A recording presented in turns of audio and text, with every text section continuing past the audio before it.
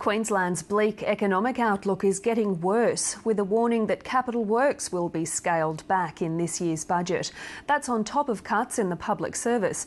The Treasurer, Tim Nicholls, says he's facing another revenue shortfall of hundreds of millions of dollars. The former Federal Treasurer Peter Costello last month delivered an interim report on Queensland's finances. In his response, Tim Nicholls says the previous government's forecasts were overly optimistic.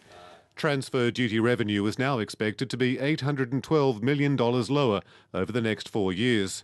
So the capital program will be trimmed in the September budget. Of course, there'll always be gloom and doom, and of course it will all be Labor's fault. And a 3% cap on growth in the public sector will remain for an extra year to 2015-16. But unions don't accept the Costello figures. We're getting our own separate advice.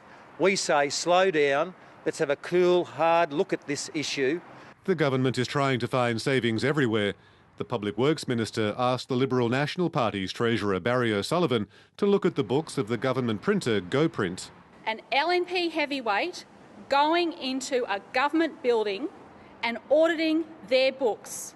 Unheard of, unbelievable, irresponsible. The opposition leader says the minister should be sacked. She says allowing an unelected party official inside a government business could sow the seeds of corruption. The minister says it was good value for taxpayers. When you get a very experienced, capable business person who is willing to do that sort of review pro bono, that's actually a pretty good offer. The Premier is not so sure about that.